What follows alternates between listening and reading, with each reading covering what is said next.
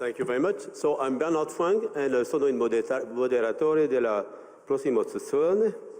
Buongiorno. So the session is called The Moon, a Unique Research Laboratory, a New Continent for Diversity of Human Activity. So I would like to call... Yeah, I'd like to call the panelists that are going to join us. So that's Dr. Bertrand Barat, General Secretary of Euro2Moon, and also Space Market Director at Air Liquide. Please proceed. Andiamo, presto, per favore, perché abbiamo ritardi. E dopo abbiamo Dr. Stéphane Demey. He is a Senior Strategy Officer at ESA, at ESTEC. E dopo Dr. Barbara Imhoff.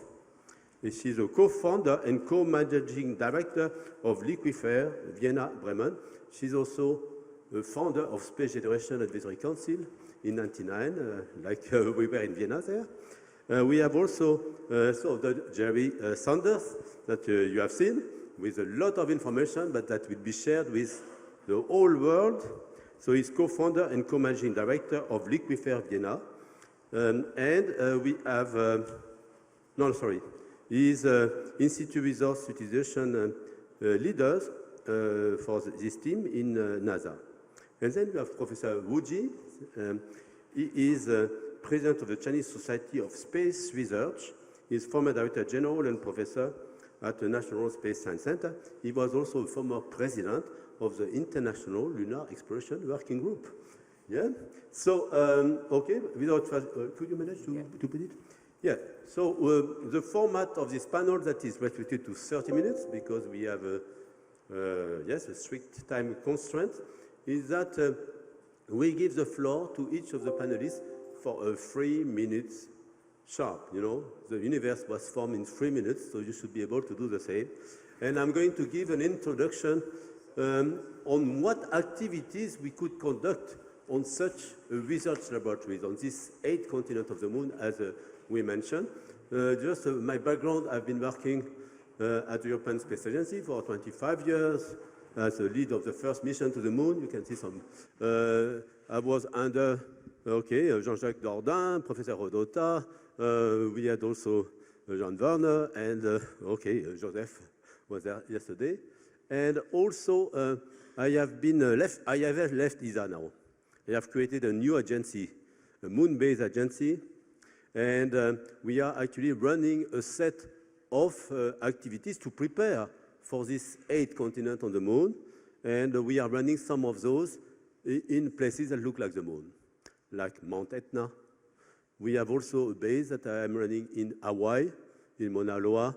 We have also a base where we can lock students for 1 week without window to experience what would be the moon. So these are a kind of overview of some of the activities that we perform. I tried to also... Okay, so this International Lunar Exploration Working Group that we mentioned, we formed like 30 years ago as a roadmap for exploration and utilization of the moon. We have gone there with precursors, orbiters. We are now in the stage where we are starting a robotic village. We are going to the next step where we'll have an outpost with human and robot, and we'll have then a permanent, sustainable lunar base with human and robot, what we call the Moon Village 25 years ago, and that was even echoed by our previous Director General, John Werner.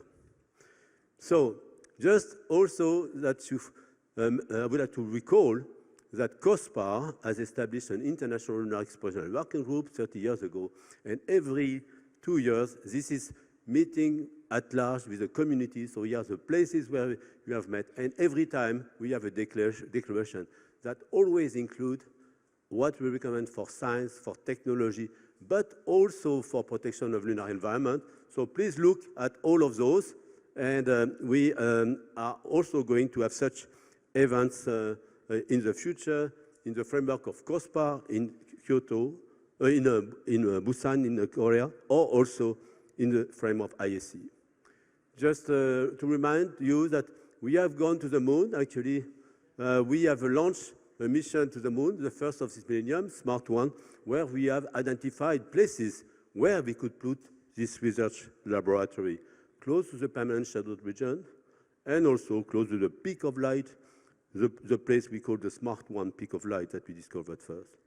After this, we had orbital flotilla of missions going to the moon. We had Chang'e 1, we had Chang'e 2, we had also Japanese Kaguya, we have Chandrayaan 1, where actually we negotiated, remember, with Jean-Jacques Dordain, we met the ambassador of China in Paris, and we negotiated to put free payload to contribute to China ground stations, but also we negotiated with India to put free instrument on their Chandrayaan 1. And we have been very much involved